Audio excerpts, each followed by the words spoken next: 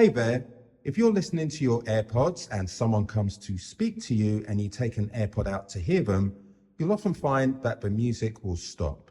If you want the music to continue, here's what you do. First off, make sure the AirPods are connected to your iPhone. Then go to Settings. In the main menu, go to your AirPods or go to Bluetooth and identify your AirPods and tap I. It brings you to the same place. Now, to find the setting we want, we scroll down the list and you will come to Automatic Ear Detection. That's the one we need.